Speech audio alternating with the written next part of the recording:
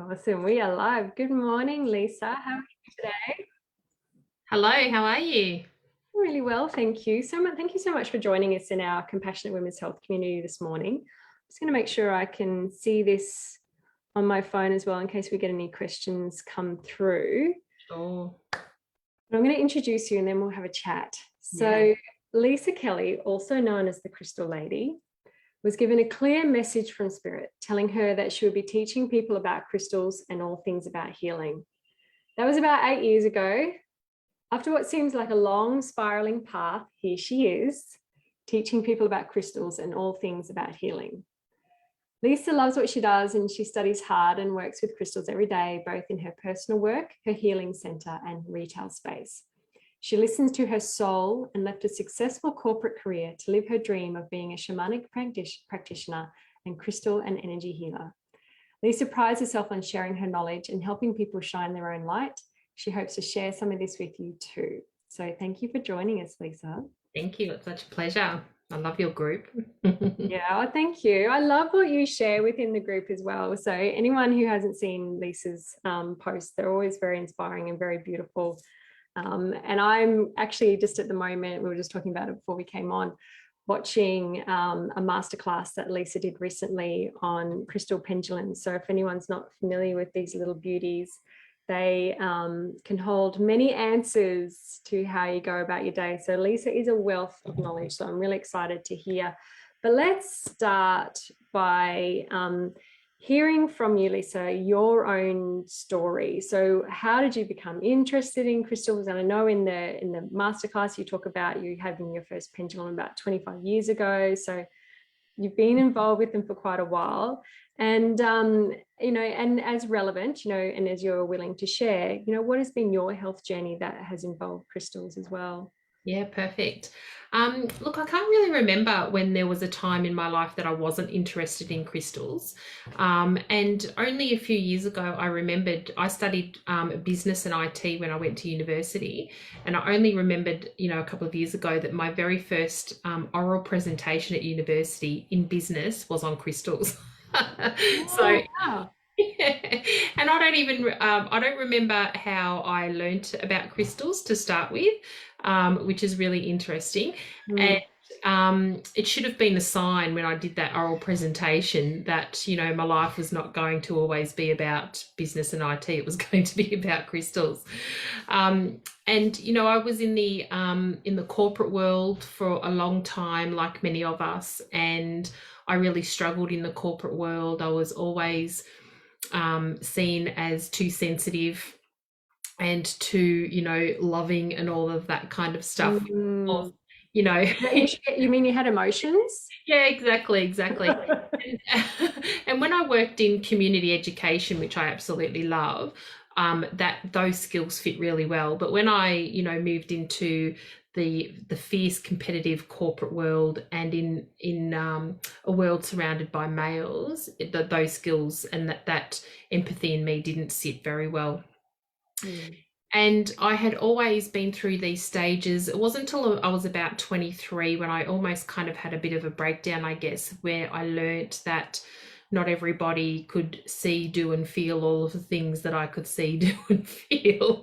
So that was a huge shock to me, and I went on this journey of finding out who I was, what these skills were, why I was having these premonitions, and in through that was my where I really started to learn about crystals in my early 20s.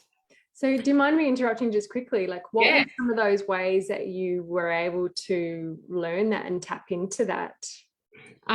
Well, physically, what was happening for me, I used to have really strong premonitions. And of course, I didn't know that they were premonitions. So that when these things happened, I thought that they had happened because I had thought about them. And of course, you never really think about the good things that happen.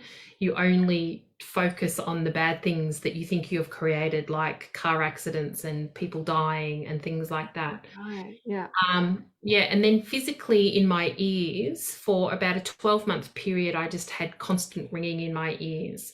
And I didn't know what it was. And I went off to see an ear specialist, and they told me that my hearing was near perfect and there was no scar tissue in my ears to indicate that I was, had been plagued with ear infections like I thought I had been for the past 12 months. And around about that same time, I had an aura photo taken done. So I'm not sure if you've seen an aura photo, but they take them with a special, it's called a Kirlian, something like camera. And my aura photo was big white steam, coming out of my ears, and all of my aura core was red. So the steam coming out of your ears represents the clairaudience. So that was when I found out even what clairaudience means, which means I hear spirit. And the ringing in my ears was telling me that I was not listening to the messages because I didn't understand. Because I didn't Gosh, that's so symbolic, isn't it? You know, we talk about like listening with our intuition to the whispers. Yeah. When you're not listening, it becomes shouts, it becomes alarm bells. Wow. Yeah. So life really changed for me about that time. And I was really fortunate that I found a couple of much older women than me to work with really closely.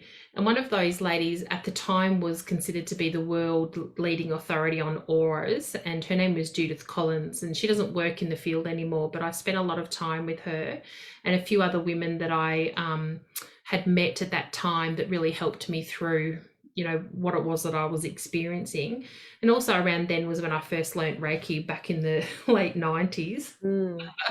And when it was still considered to be weird, and not many people were very accepting of energy healing at that time. And then kind of fast forward on into the corporate world, I was getting just constant kicks up the backside from spirit. And how I experienced that is, lots of things going wrong, lots of things were triggering me, and I just seemed not to be able to get anywhere, and I was always miserable. And I left quite a few jobs just in tears, picked my bags up and said, I'm out of here, and left the job. And about that time, about that nearly 10 years ago, I'd had this itchy nose for about 6 months, and I knew it was my grandmother trying to communicate with me, but I wasn't understanding what the messages were. So I went to see a psychic medium who was a friend, and he said to me, what are you doing here? And I said, well, I've got an itchy nose. And he's like, what are you doing here? And I'm like, well, I've come for a reading. He said, no, that is the question. What are you doing here? And I'm like, I don't know what you mean. He goes, that's the question. It's time, it's time for you to figure out what it is that you're supposed to be doing here, and not just, moving from job to job in a career that I was no longer happy in. Yeah. So outside of that, I moved into a space where I moved heavily into meditation and, trying to figure out what my life purpose was and what I was supposed to do here. And through the meditation is when I was given the information that, one day I'd be teaching people about crystals and about energy healing and everything that I do in that space. And at that time, I didn't know how. I was still stuck in my corporate career, and I didn't know how I was going to do that. And then about 5 years ago, nearly 5 years ago, I had a reading also with a psychic in Brisbane, actually, because I used to live in Brisbane. And she said to me then, she said, you have to step through the portal now. And if you don't step through the portal now and do what it is you're put here on the earth to do, you will be miserable for another 5 to 7 years till when that portal opens again. So I literally jumped. I didn't leave my career then, but I openly kind of opened the closet door, so to speak, and started doing what I do now, but on a much smaller scale. So that was kind of the start of it. So yeah, and in terms of the health journey, and the reason that I love your group, I wish that someone like you had been around 8-10 years ago. I also had a really long journey with fertility treatment and was unable to get pregnant. I'm in a same-sex relationship, so the added stress on top of trying to get pregnant, it was there as well. Yeah. And I had a hysterectomy 5 years ago, and I had stage 4 endometriosis and adenomyosis. And I'd put up with that pain for a really long time. Yeah. And I do believe that I first got my periods when I was 10 years old, and I believe that I had those diseases that early in my life. Wow. Yeah. And, there's a really strong family history with those diseases as well. Mm. And crystals really got me through that period in my life. Not just for the physical healing, but also the emotional and mental healing as well. And to give you a great example, I don't know how many of you are, or if you are an animal lover, but animals are very tuned in to the energy of crystals and energy, of course. Yeah. Prior to my hysterectomy, I chose not to do any healing on my sacral chakra and anything to do with being able to get pregnant. And I hated orange crystals. So our sacral chakra is orange, and I hated orange crystals. And my cat used to pull off this bag off a bookshelf that I had all these little crystals in for crystal grids.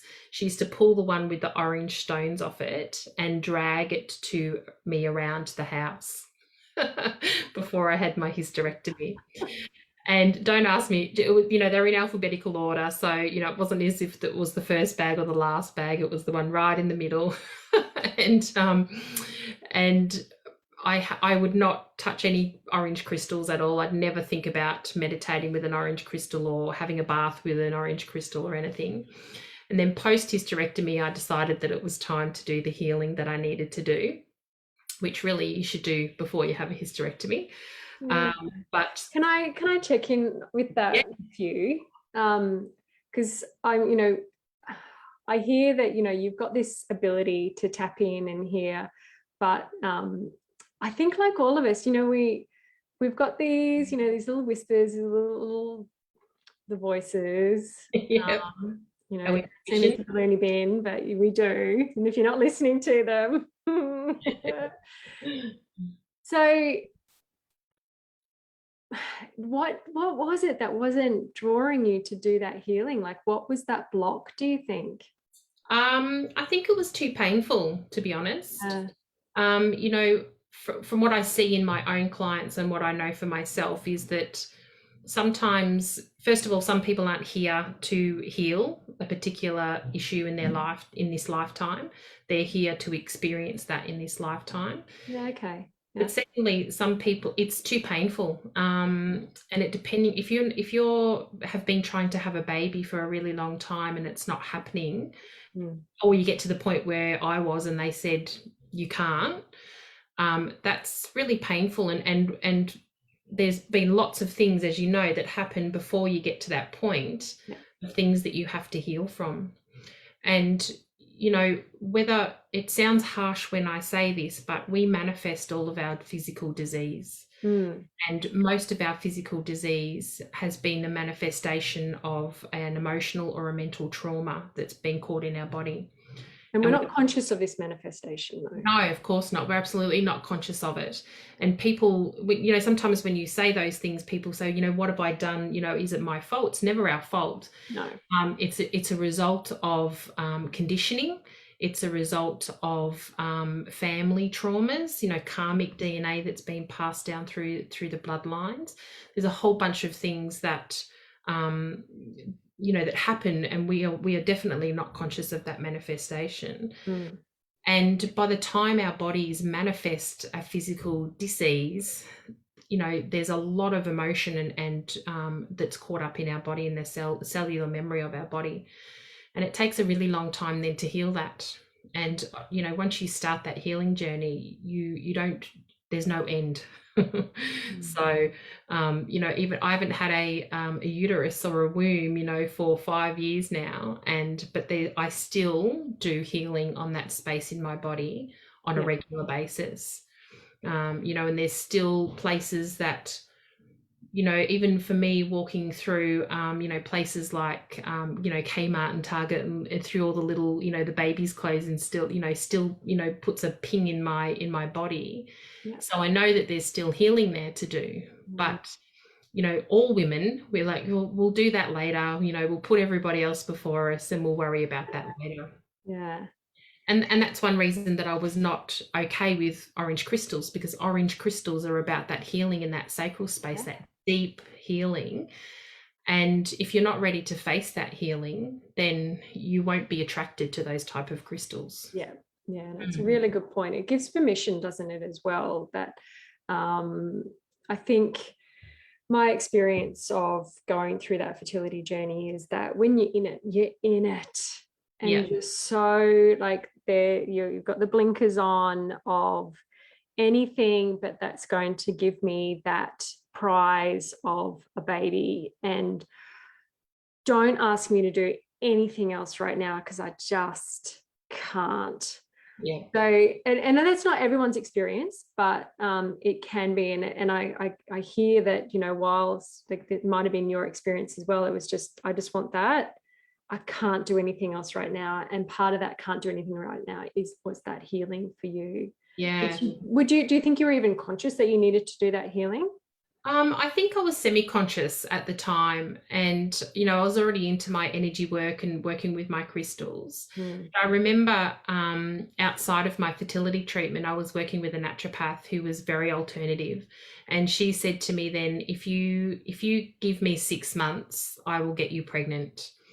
And I chose not to take that 6 months. And but if she'd said words to me like, the trauma that I've experienced in my sacral chakra, the behaviors that I'd been displaying over years, the relationship that I had with my mother, that all of those things were impacting, and my past lives, my past lives have had a lot to do on my fertility journey this lifetime. If she'd used those kind of words with me, things might have been a little bit different.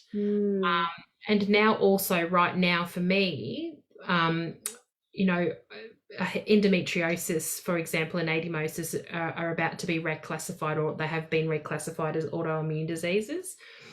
Had that been, because that's what that naturopath was trying to tell me all those years ago, but I didn't get it. So had she used different words with me, had she been more of an energy healer than just straight science in naturopathy, even though she was very alternative, perhaps maybe would have done that healing. Yeah. I've so many of these conversations I have with in these interviews, it really highlights how we're just one piece of the puzzle on this journey, us in this being, in this body right now. And that's frustrating as hell because you're like, but all I can work with is myself. But it's helpful in that you can kind of go, you can't blame yourself. Absolutely not. You are just one piece of the puzzle. Yeah. But it does then require a lot of acceptance that you're not going to be able to fix everything. Yeah. You are just one piece of the puzzle. Yeah, absolutely. And from an energetic point of view, and this might be a bit kind of woo-woo for some people, to hear, but, I'm a really strong believer that we come into this lifetime with contracts, and sometimes those contracts mean that you won't have a baby. Because either you might have pregnancies, and the lessons that you have come here to learn, or the lessons that you've agreed for those other souls to learn, means that they don't come earthside, or they don't come earthside for very long, which is also really hard to accept if you're not kind of in that space. Yeah. But I see a lot of women in my clinic who have been in the same position that I was, that want to have a baby, that haven't been able to get pregnant, or at least hold a baby.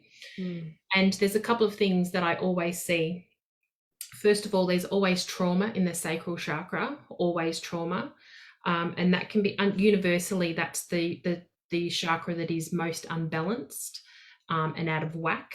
And that's because of that DNA, the karmic trauma that we carry through the bloodline.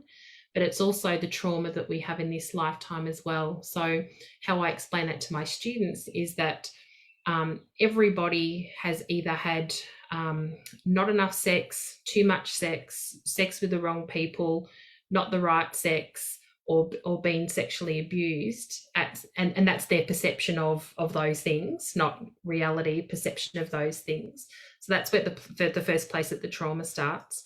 But also too, they carry all of that guilt, shame, and all of that kind of those lower vibrational feelings and emotions in their sacral. So of course the energy is going to be blocked. So, and if you've had laparoscopic surgeries, or you've had investigations, or you've had cystic, got cystic fibrosis, not cystic, what is it called? Polycystic ovaries. Yeah, polycystic ovaries, thank you. Or you've got, any of those other things that are going on in that area, there's going to be energy blockages, and there's also going to be leakages through your auric field, which stop all of that stuff from happening. So I see those regular patterns in my clients every day. Yeah. Yeah. So how do we work with crystals? I mean, I know we're going beyond crystals a little bit in our conversation when we're talking about energy, but what role can crystals play in this? Yeah, so crystals, first of all, we are drawn to particular crystals because that's where the healing needs to occur in our body, in our soul. So whether it be our physical body, emotional, mental, or spiritual body. So when you find a crystal, when you're drawn to a particular crystal, that's the one that you should work with. Forget what the books say, because the book is only one person's opinion, or information that's been downloaded a long time ago. Work with the crystal that you're drawn to. And what the crystals do is that they talk to our body on a cellular level. So they metaphysically know where our body needs that healing. But also too, what it does is it draws the energy out of our body for healing. So for example, when you use a rose quartz crystal, which people either love or they hate rose quartz, and when they are drawn to rose quartz, or they're repelled, it depends on how much they don't like and how much healing they need.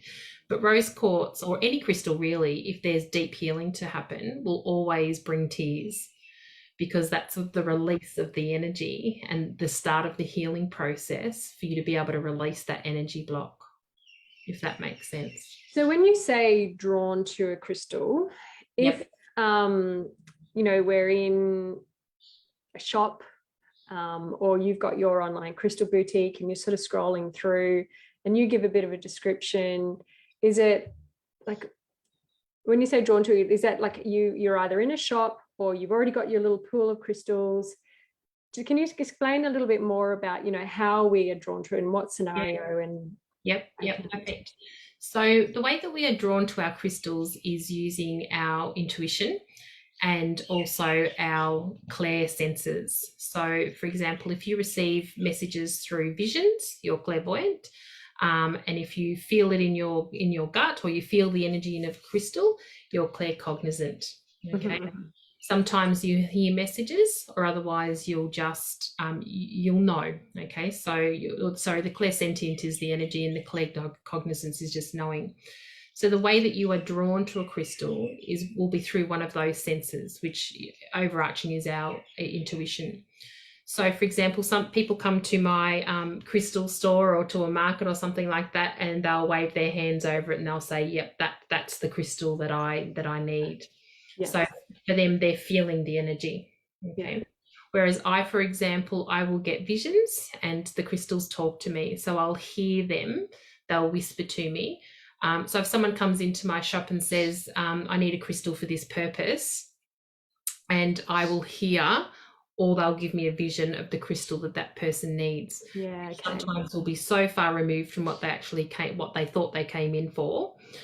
And then other times people will come and they'll just say, yep, they'll look at it and say, yep, that's the crystal that I need. Or sometimes their intuition. So people walk past, particularly at market stalls, people will come back and say, there's a crystal here for me, but I don't know which one it is. So they'll just kind of have a look around, pick up, look, feel, touch, until they find that that's the crystal. So that's what I mean by being drawn to them.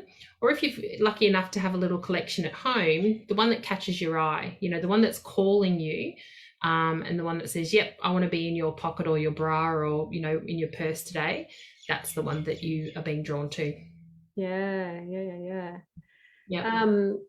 So it's like, I'm a little bit guilty when I've taken my daughter to the crystal shop because she was going through something a couple of years ago, and I think we had like 10 minutes. It's like went straight up to the counter. I'm like, I need this for my daughter, and she was like, maybe go over there. But I think we still were like, would see one and go, oh no, I think we want that one more than what she's sort of described. So Yeah. like you do need to give it a little bit more time and a bit of a play. And Yeah, absolutely. And look, people, I tried quite a few. I've only been putting descriptions on my crystals in the sales, for example, the last sort of 12 to 18 months, really since COVID hit, because I want people to be drawn to the crystal that they want to use rather than read the description and say, yeah, that's the one that I need.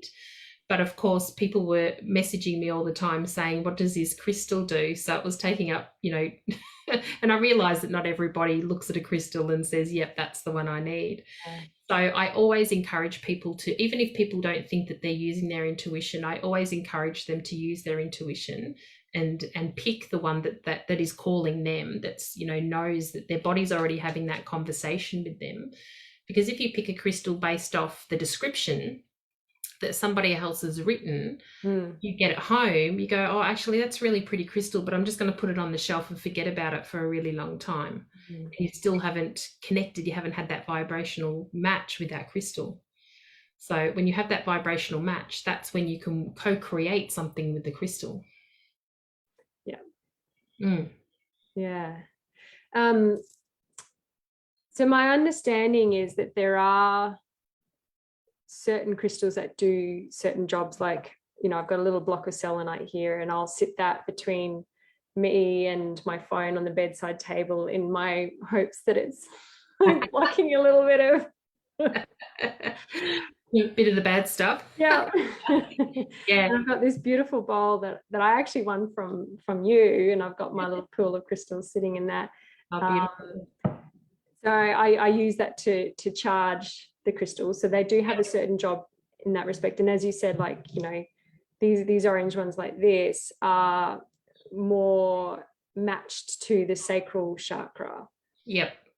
So crystals do. So the way that we kind of match crystals through our body, for example, is that we base them on chakra colors.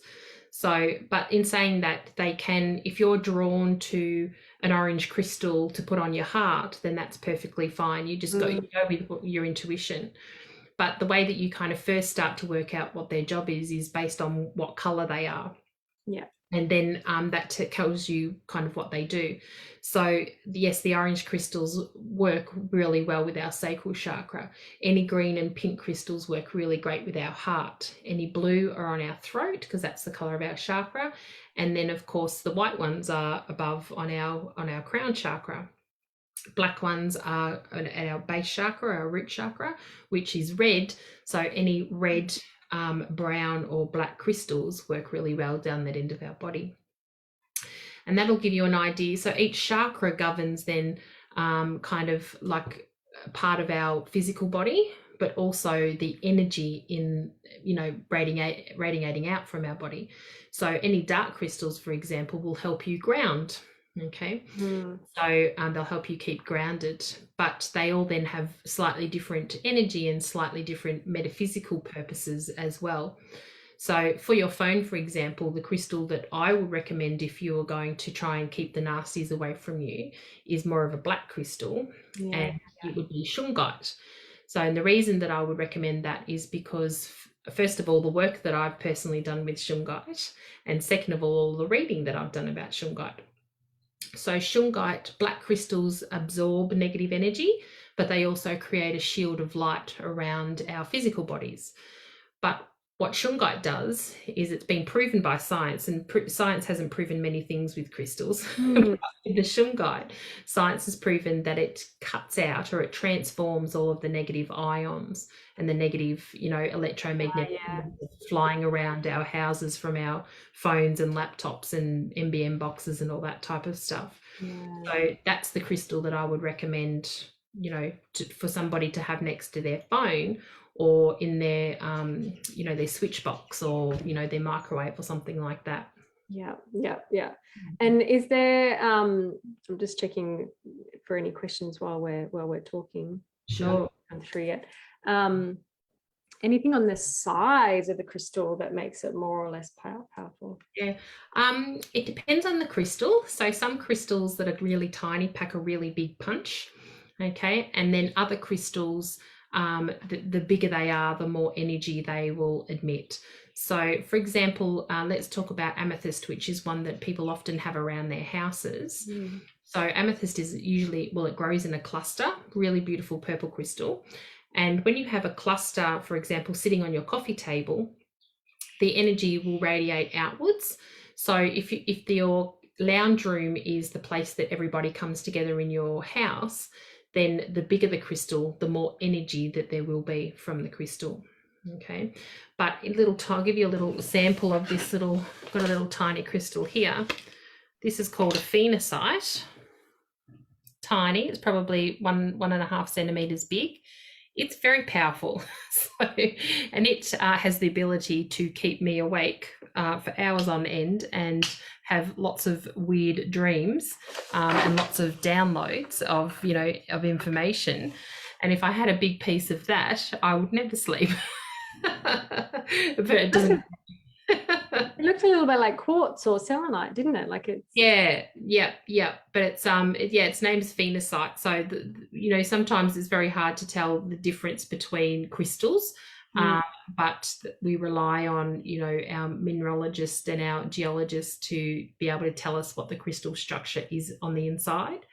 But also, when you are connected with crystals, they tell you, it doesn't matter if you don't remember their name, because the point is that you remember what they do for you. You remember the energy that they create with you. Yeah. Now let's talk about, I guess, like quality for a second here. So this like little amethyst bracelet I picked up at a little Indian importer's shop. It's just a few dollars. Yep. But for me, I bought it and I've worn it when I've had my Reiki training. So it's kind of an anchor for me. So it symbolizes that for me. Yep. But in terms of like the quality of buying something from a place like that, how does it compare with, ones that have been like gone through yourself where you've selected it? And yeah, good question. So first of all, what's important to know is that there are a lot of fake crystals on the market. And most fake crystals come from China. And the reason that they come from China isn't that they've been dug out of the ground from China, is that the Chinese are great at making fake crystals. And when you buy crystals in China, they are very clear with you about what's man-made and what's not. And then it's up to you as the crystal seller to tell people that they're fake, or even know, because there's a lot of people selling crystals now and a lot of people don't even know the properties of crystals, so they don't know whether they're selling fake crystals. But also too, it is known, kind of in the mineral world, that there are better crystals from better places in the world. So for example, our Earth's crust is covered, 90% of our Earth's crust is covered in quartz crystal and feldspar, which is another really big mineral group. And some of the crystals that you might know from there are labradorite and sunstone and moonstone. They're from the feldspar family. So crystals grow all over the world. But for example, I'll use pyrite as an example. The pyrite that grows in Peru, for example, is much better quality than the pyrite that we grow here in Australia. Okay, so here in Australia we grow pyrite that's almost goldish color. We call it fool's gold. Yes.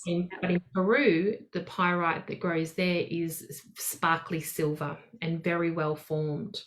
Okay. So in terms of the cubic shape, and Brazil, for example, has the best, and Bolivia is another great place that has the best amethyst, for example. But Australia also grows really amazing amethyst.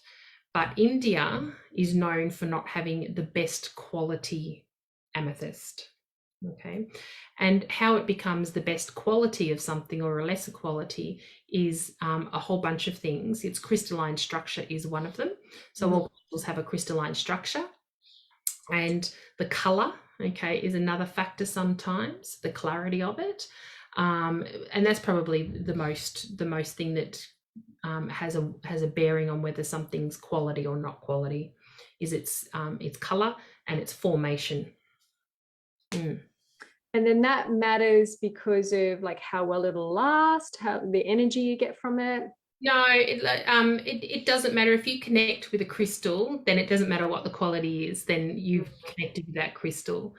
Lots of people have quartz crystals in their gardens, but they don't take any notice of it. And I guess the real reason that the quality matters, I suppose, or not necessarily the quality, but how you connect with it, is what you do with that crystal. So when you go to the garden shop and you buy a trailer load of quartz crystal to put in your garden, you're not necessarily going to sit down and connect with that quartz. And also we believe that crystals are sentient beings and they have a consciousness, and the better quality of crystal, the more likely that there is those sentient beings living in those quality crystals. Okay. Yeah, that might be a little bit woo-woo for people, but quality doesn't matter. It's about your connection to the energy. Whether it's a fake crystal or something that has been interfered with by man is when you don't get the energy in them. Yeah, so amethyst is a great example. So amethyst grows in the ground at a particular temperature and with particular minerals flowing around in the ground. And when the changes of the conditions changes the earth, then it changes the conditions of the crystals. So and when amethyst gets really hot, in certain parts of the world, it changes its formation into a citrine crystal. But that doesn't happen very often, and it doesn't happen all over the world everywhere that amethyst grows. So what we do as humans is we take the amethyst out of the ground and we put it in really, really hot ovens and we turn it gold and we call it citrine. Yeah, right. So, it doesn't, that's what we do because we're not patient. We just don't accept that there's not enough citrine in the world because we love it. And then further on in certain parts of the world, when the ground gets hotter, then after it becomes citrine, it turns into a green crystal, which we call parasolite, which is really, really rare. But people then also do the same thing with the purple amethyst, is they put it in a hot oven, then they turn it green and they call it green amethyst. Right, of course. Yeah, which is completely fake. Yeah.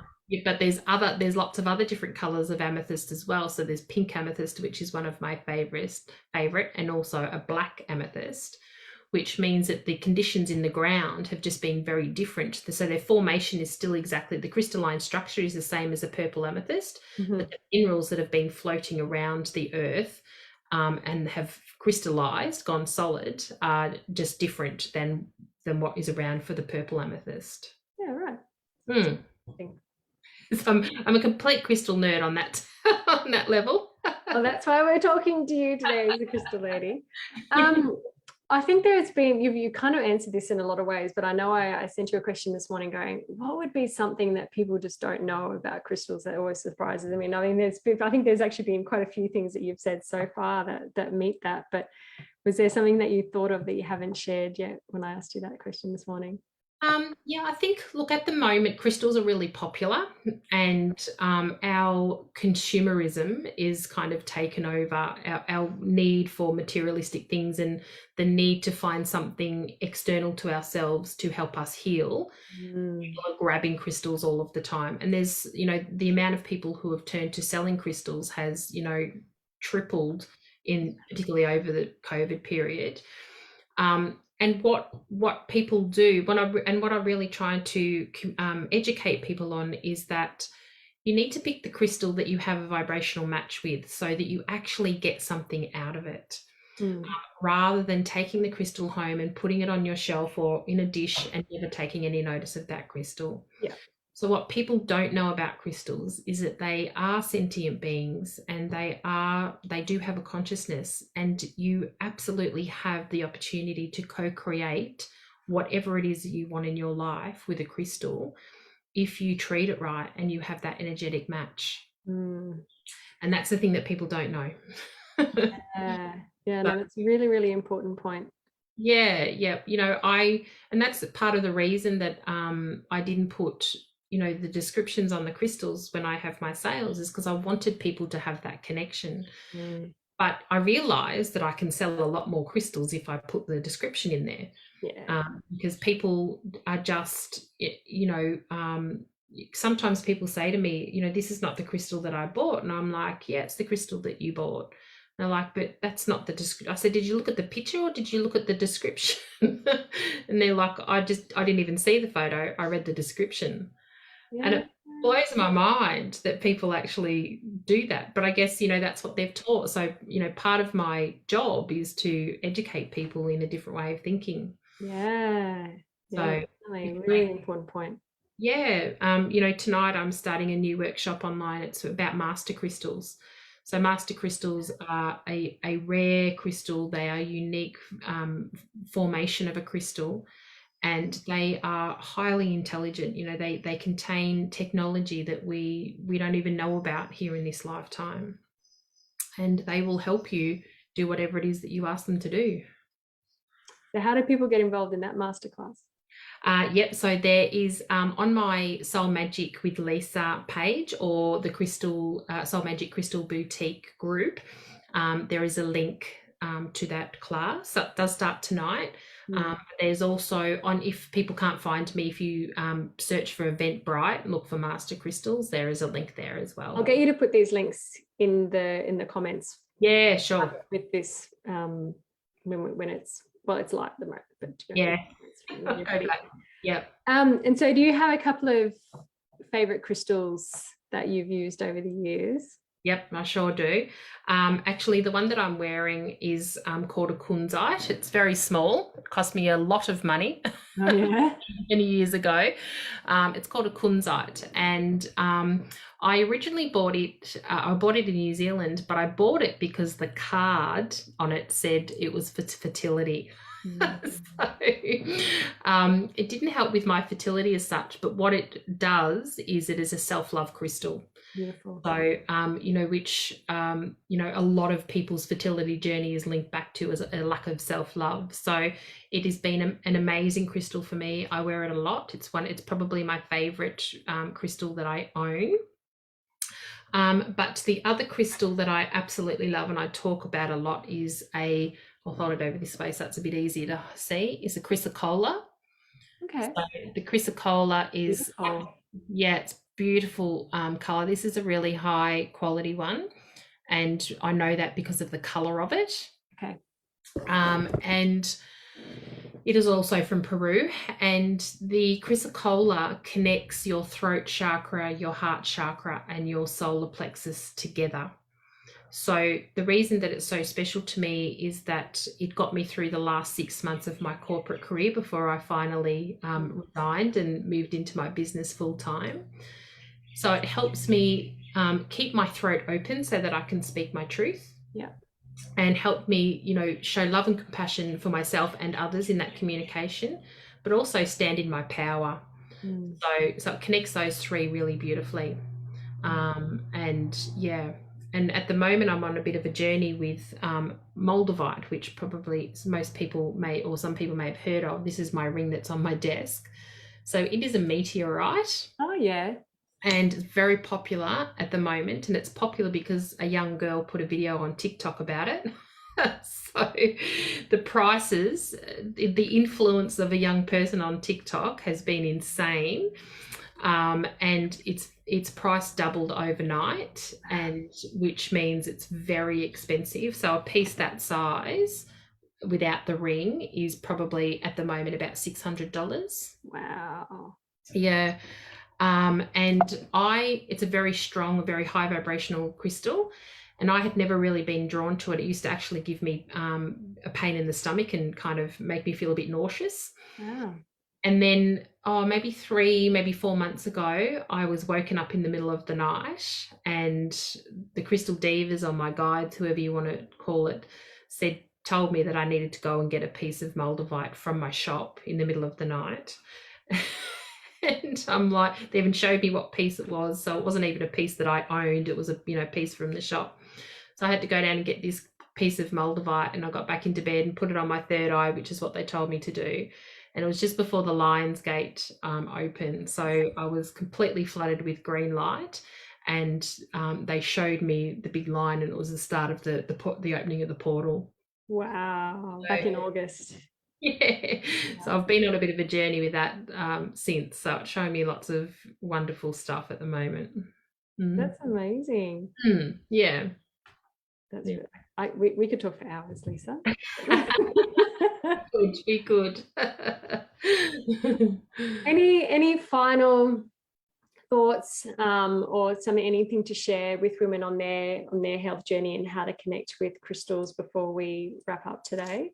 Yeah, look, I think crystals will bring you comfort. So regardless of what your journey is, whether it's physical or emotional or anything else, pick a crystal that you connect with and that you can carry with you at all times. So I brought 3 in just really quickly to show you that helped me through my journey. The carnelian, I bought a carnelian, a big one in just to show because the screen's a bit small. So this is a carnelian heart, and carnelian will bring you lots of comfort, deep healing in that sacral chakra. Beautiful. And I said, I wasn't connected to that until after I had my hysterectomy. So if you're connected with it before you have a hysterectomy or before you are having trouble getting pregnant, it'll be beautiful. Yeah. Malachite is another one.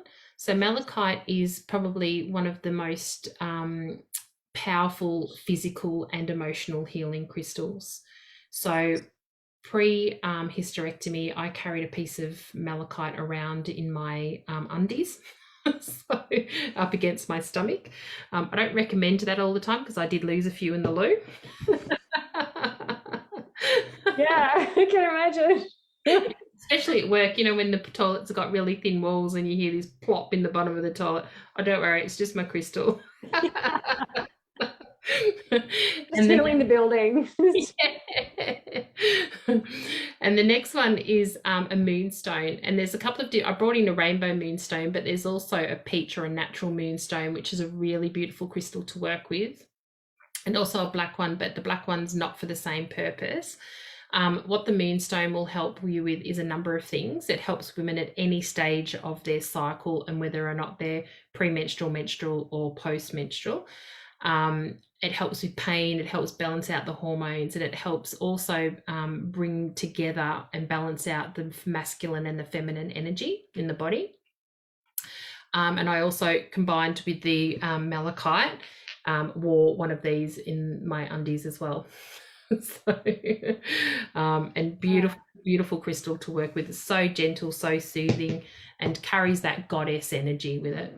Yeah, beautiful. Yeah, it is beautiful. Thank So you they're so the 3. much. That's all right. I recommend those highly, but anything pink and anything green to help you through, a process. If you're emotional, are wonderful crystals. And I wonder if they would also help to actually feel safer to go below the neck, to actually connect with the body, because we tend to kind of go, can't deal, don't trust it.